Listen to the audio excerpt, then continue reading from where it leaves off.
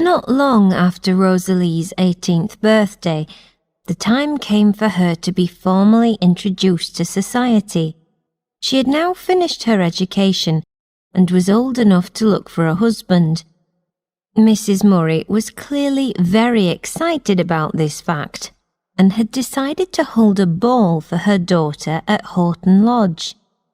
It was going to be held on the 3rd of January, and all the rich people, and especially the men, for 20 miles around were invited. Months of preparation began.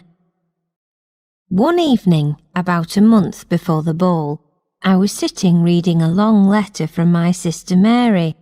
Rosalie came into the room and said, "Miss Gray, put that boring letter away, because I want to talk to you about my ball.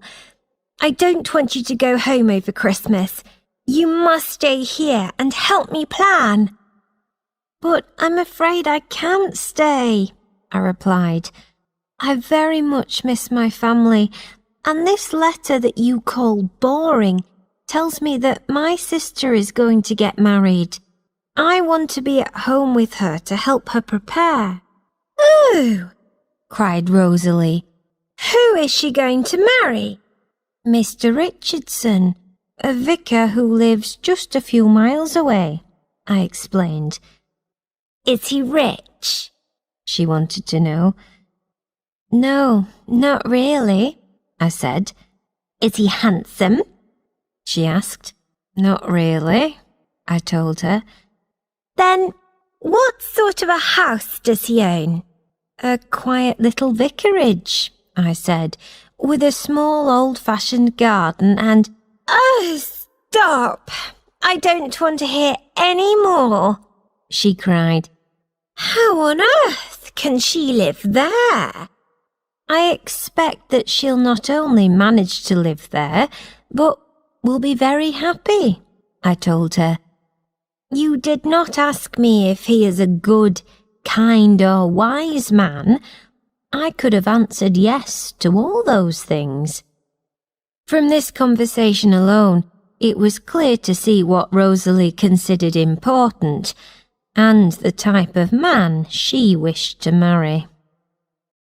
When I returned to Horton Lodge after the Christmas holidays, Rosalie and Matilda began to argue about who should tell me their news first. Rosalie, of course, could not wait to tell me about the ball. Matilda was not in the least interested in hearing about her sister's party, but wanted to tell me about her new pony. Matilda had the loudest voice, and so it was she who won the argument. After hearing everything about the pony, including how high it had jumped and how well Matilda rode it, I heard every detail of the ball from Rosalie. Of all the women at the party, she had worn the most beautiful dress, she had danced the most elegantly, and she had attracted the most attention. I could only take her word for how the evening had gone, but one thing seemed clear to me. She had certainly flirted with almost all of the men who had been invited. She told me about 2 lords, who unfortunately were already married, and there was Sir Thomas Ashby, who was very rich but ugly. Then there was Sir Melton, who was good-looking but too old, and the younger of his 2 sons, Harry Melton, who was good-looking but too young. There were a few I had not heard of before, and then finally there was Mr. Hatfield, the local vicar. While he was not impressively rich or from a well-known family, Rosalie seemed to find him acceptable, perhaps because he had been chosen for his job by God himself. "And which of them do you like the best?" I asked her once she had finished naming them all. "Oh, I hate them all," Rosalie replied coldly. "But old Sir Melton is the most handsome and the funniest. Mr. Hatfield is the most intelligent and interesting, and Sir Thomas the most wicked. If I had to choose one of them, I suppose I would have to choose Sir Thomas Ashby. But why would you choose him if you hate him and he is wicked? I asked her. Oh, I don't mind his being wicked. That would make him more fun, she explained. And as for hating him, that doesn't really matter, because I would be Lady Ashby of Ashby Park in that wonderful house. But the truth is that I would much rather remain single, because I want to really enjoy myself. I would love to spend years and years flirting with anyone I want to. Then, when I've broken 10,000 hearts, I will stop. I will find one man who is rich, generous, and from an excellent family, and I will escape all the black looks that I will be getting from people by marrying him. The next Sunday, I accompanied the whole family to church as usual. Rosalie was very keen to go, as she had heard that there was a new curate. As we left the church later that morning, she said, "Well, Miss Grey, what did you think of the new curate, Mr. Edward Weston?" "It is hard to say," I replied, "since I have seen him, but I haven't yet spoken to him." "Well, no, but aren't his clothes old-fashioned? And isn't he ugly?" she asked. "No, he didn't seem unattractive to me," I replied. I thought for a moment and then added, "And when he read to us from the Bible, I thought that he read very well. He seemed more interesting and more sincere than Mr. Hatfield." "Well, anyone can read from the Bible, can't they? But did you see how he walked out of the church?" she said. "He walked along, not looking left or right, as if there was nobody there apart from himself." "Ah, I see," I said and smiled. "You mean to say that he made no effort to look at you or come and speak to you?" "Well," she said, and gave me a black look, "I suppose he's good enough for this place. But have you seen how Mr. Hatfield comes straight to speak to father and me before anyone else? And he always makes sure that he's waiting outside to help me climb into the carriage." "Yes," I answered.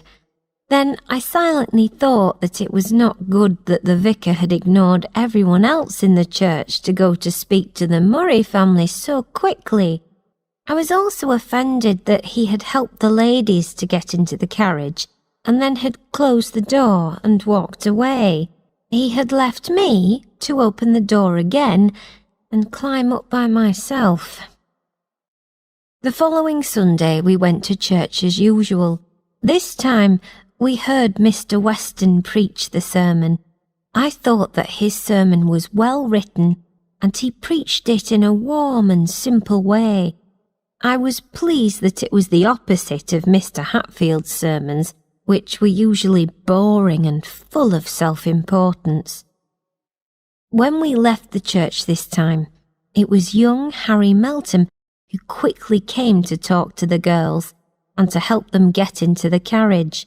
He did not help me, but at least he looked at me and smiled as I climbed in. I then spent the whole of the return journey listening to Rosalie and Matilda argue over which of the two of them Mr. Melton preferred. My life was easier now that I now only had one pupil, and that I therefore did not have to suffer the girls' arguments so frequently. It also meant that I had a little more free time to look around the family's estate.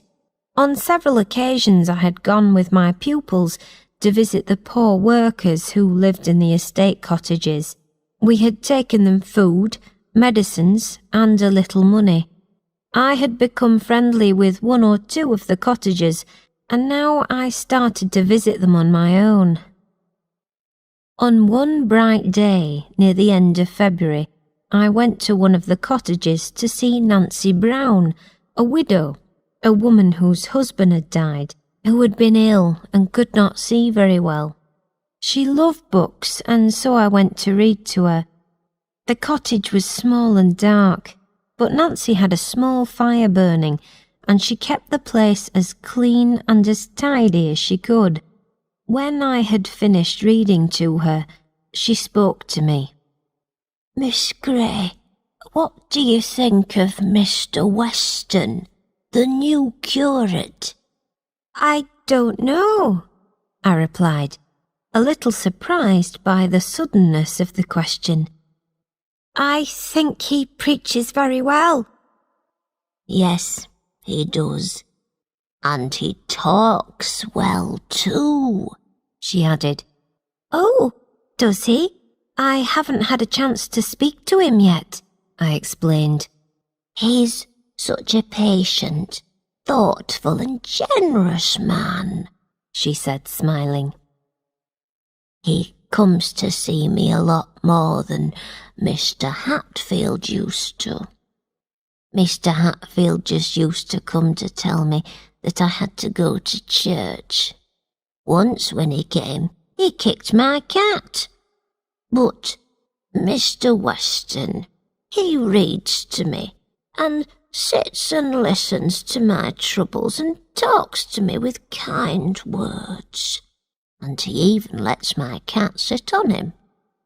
"And how often does he come?" I wanted to know. "Oh, every few days," she said, and then went on. "And he goes to see all the other sick cottagers too. I heard that he spent his own money on coal for one family and took food to another." I was surprised and pleased to hear this news. I knew that Mr. Hatfield, the vicar, rarely came to the cottages and was not interested in the cottagers' needs. But Mr. Weston, well, he really did seem like a breath of fresh air. For 2 years I had been with silly girls and people who thought that parties and marriage were the only important things in life.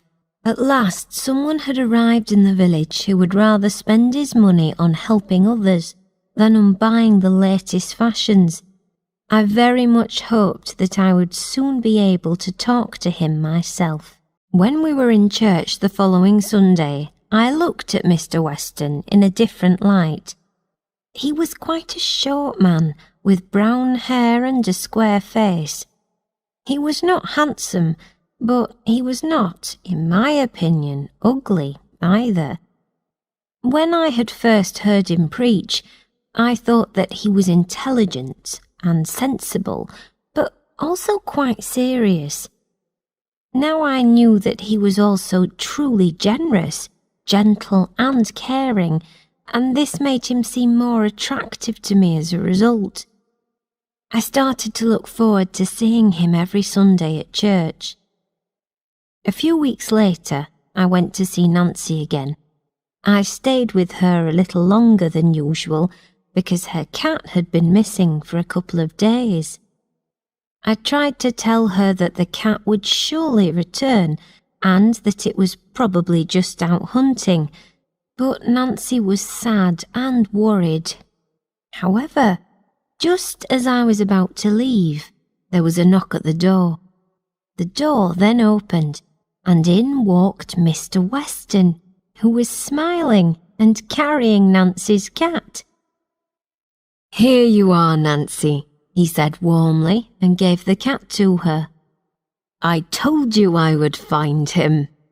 Then he smiled at me and said, "I do hope that you are not planning to leave now, Miss Gray. I'm afraid that it has just started to rain." Before I could speak, Nancy had pulled another chair near the fire and said, "You must both stay here by the fire until the rain has stopped. There's plenty of room for us all." We sat together as Nancy thanked Mr. Weston several times. and Mr. Weston explained how he had found the cat. After a few minutes of conversation, Mr. Weston said that he was very pleased to have returned the cat, but that he must now go and visit another neighbour. He politely said goodbye and then left. I had very much enjoyed my visit to Nancy's cottage, despite, or perhaps because of, the rain.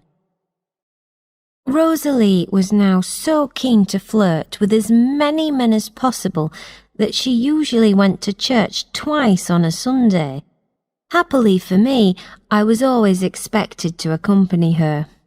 Often, if the weather was good, both she and her sister would walk home instead of taking the carriage. Rosalie preferred to do this as there was always the chance that a man would offer to walk some of the way home with her. On one sunny day, near the end of March, I accompanied the girls and 3 of their admirers on one of their walks back from church. I felt uncomfortable on these walks. I did not want to walk next to them and be ignored by them, but neither did I want to walk behind them like a lonely servant. Instead, I pretended to study flowers at the side of the road so that I had an excuse to walk behind them on my own. As I was walking, I saw some yellow primroses growing high on the top of a bank that was covered in grass. These small, beautiful flowers reminded me of my garden at home, where lots of these flowers grew each spring. I wanted to pick some of the flowers to take with me. I started to climb the bank, but found that it was too difficult for me to climb easily. At that moment, I heard someone walking behind me, and a warm, well-known voice suddenly said, "Allow me to pick them for you, Miss Grey." Within a few moments, the flowers had been picked and were in my hand. It was Mr. Weston, of course. Who else would make the effort to do something so thoughtful for me, an unimportant governess? I was not used to anyone in the village being so kind to me, and I felt very grateful. I thanked him nervously and began to walk down the country road towards Rosalie, Matilda and their group. "Your young ladies have left you alone," he commented as he began to walk next to me. "Yes, they are busy with more interesting people," I replied. "Then slow down a little. If I were you, I wouldn't go so quickly to catch them up," he said and smiled. For a few moments we walked in silence, and I could not think of anything to say to him. Then he spoke and asked me if I especially liked primroses. "Oh yes, I love them," I said. "I miss my family so much, and primroses remind me of home." "How lucky you are, Miss Grey, to have a home that you love and know that you can return to," he told me. "Yes," I agreed. "It gives me so much comfort that I don't think I could live without it." "I'm sure you could," he said thoughtfully. "The human heart is much stronger than we might think. You might be miserable if you lost your home, but you would survive and you would be all right." He was quiet for a moment before continuing quietly. "Take my word for it, because I speak from experience. There was a time when I, like you, believed that a home and family were the only things that made life bearable. But both of my parents have now died, and I no longer have a home. All I have are 2 rented rooms in this village, and yet not only have I survived, but I still have hope." "And you don't know what happiness there may be in the future for you," I said quickly. "You are still young." "I am already very happy," he replied, because I know that I can be useful and help people who are less fortunate than me.